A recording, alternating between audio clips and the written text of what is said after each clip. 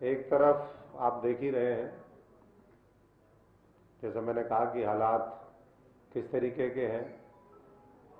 अभी पंजाब के ताजे उदाहरण से ही साफ बात समझ में आती है कि किस तरीके से अपनी कमियों को छुपाने के लिए कैसे कैसे जो राजनीतिक स्टंट वो खेले जाते हैं।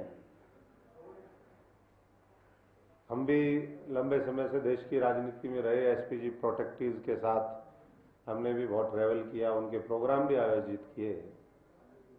और जो पीछे का मामला हमने देखा कि 122 किलोमीटर की दूरी के बावजूद भी ये फैसला हुआ कि इतना ट्रैवल कभी, मुझे नहीं लगता कि प्रधानमंत्री को इतना लंबा ट्रैवल कराया जाता है बाई रोड, और वो भी जब जब सारे पुख्ता इंतजाम पहले देख लिए हों, 6-6 हेलीकॉप्टर खड़े हों और बॉर्डर का इलाका हो, तो किसका फेलियर है ये तो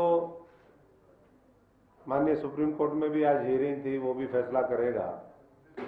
लेकिन इतना जरूर है कि या तो जानबूझ करके कुछ प्लानिंग के तहत ये पूरा षड्यंत्र रचा गया ताकि उसका राजनीतिक लाभ ले सकें, या फिर किस तरह के लैप्सेस हैं, एमएचए के लैप्सेस हैं, ये एसपीजी के लैप्स हैं, स्टेट गवर्नमेंट के हैं, किसके हैं, ये आने वाले समय में पता चलेगा। लेकिन मुझे लगता है कि अब इस मुद्दे को ज़्यादा तूल ना दिया जाए, और ये हवन और तमाम तरह की बातें कि प्रधानमंत्री को मारने की साजिश, ये सब मैं समझता हूँ कि बेबुनियादी बातें हैं। इतना ना तो किसी के अंदर हिम्मत है और ना कोई इस तरह का कोई वो कर सकता है, और वो भी जब पूरे शांति प्रिय तरीके से सारी चीज़ें हो रही हों और सारा एसपीजी के कंट्रोल में ही पहले ही कई घंटे पहले, करीबन 2 दिन पहले, 3 दिन पहले एसपीजी पूरा कंट्रोल ले लेती है, पूरी रेकी करती है कई दिन तक, और उसके बाद ये प्रोग्राम को क्लियरेंस दी जाती है। तो मुझे लगता है कि इन मुद्दों के अलावा देश में और बहुत महत्वपूर्ण मुद्दे हैं जिनके ऊपर अटैक होते हैं, जिनके लोग परिवार के शहीद हो जाते हैं, उनकी सिक्योरिटी का किसको ख्याल है? उनका तो ये सरकारें खुद ख्याल नहीं करती।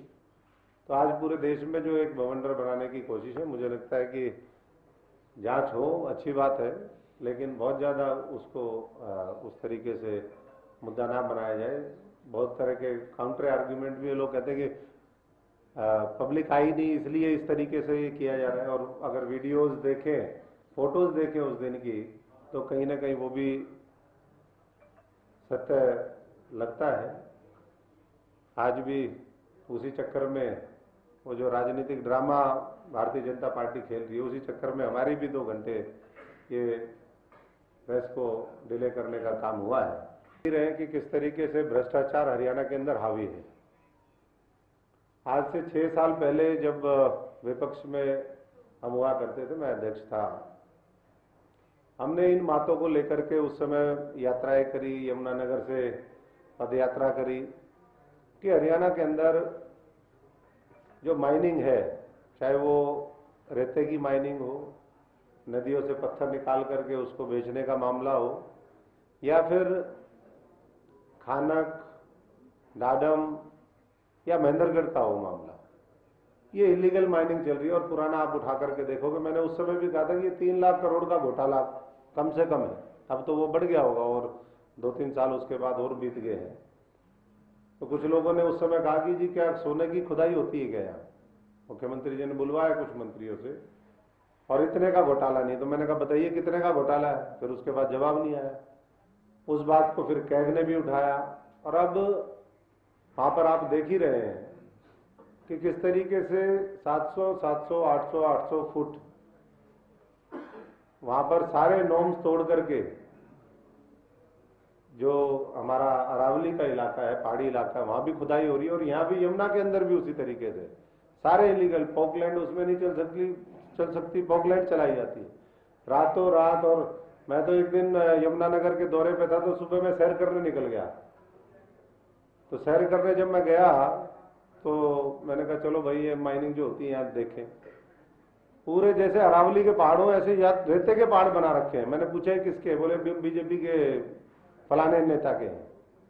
तो ये ईमानदारी का जो ढोंग है उसको बंद करें, और उम्मीद तो कम ही है इस सरकार से कि कुछ ये वो करेगी, क्योंकि आज तक जितने भी हादसे हरियाणा के अंदर हुए, चाहे वो प्रदेश में हिंसाएं हुई, जलाने का काम हुआ, चाहे वो डेरा सच्चा सौदा वाला मामला प्रकरण जिसमें बहुत से लोग मारे गए, चाहे वो और हम देखें जितने भी आज तक प्रकरण हुए हैं, किसी की कोई रिपोर्ट सार्वजनिक नहीं हुई, किसी के ऊपर आज तक कोई कार्रवाई नहीं हुई। तो इसलिए हमें बहुत ज्यादा उम्मीद नहीं करनी चाहिए, लेकिन फिर भी हम ये मांग करते हैं कि जो सिटिंग हाई कोर्ट के जज हैं वो इस पूरे मामले को देखें, उनकी निगरानी में जांच हो और दोषी बख्शे ना जाए। आज जो ये कहते हैं कि ये ऐसा हो रहा है, उनको राज्य में बैठे हुए 15-15, 20-20 साल हो गए, चाहे सांसद हो, विधायक हो, बहुत से लोग वहां पर हम देखते हैं रोज जा जाके वीडियो बना रहे हैं। या तो उनको उनका हिस्सा नहीं मिला है, या फिर कहीं ना कहीं मेरी साथियों से रिक्वेस्ट है थोड़ा पीछे बात ना करें प्लीज, या तो उनको हिस्सा नहीं मिला है, या फिर वो लिपापोती करने की या दिखाने की या कुछ और मंशाएं क्या है ये तो वही बता सकते हैं। लेकिन सारे साथी इस बात को पूरा हरियाणा महसूस करता है कि आज वर्तमान में चाहे सत्तारूढ़ दल हो, उनके सहयोगी हो, या पूर्ववर्ती भी जो लोग रहे, ये सबका किया धरा है जिसकी वजह से हरियाणा आज वो पहाड़ थोथे कर दिए गए हैं। इतनी बड़ी बड़ी ट्रेजेडी होगी वहां पर, पहले अब कई लोग मर गए, अभी भी निकालने में लगे हुए रिलीफ में। महेंद्रगढ़ में भी पहले ऐसे ही हुआ था, 15-20 लोग दब के नीचे मर गए थे।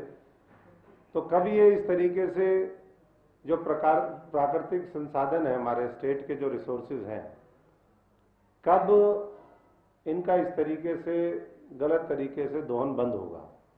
हमसे जुड़े रहने के लिए हमारे YouTube चैनल को सब्सक्राइब करें और नई वीडियो की नोटिफिकेशन के लिए बेल आइकॉन को दबाएं।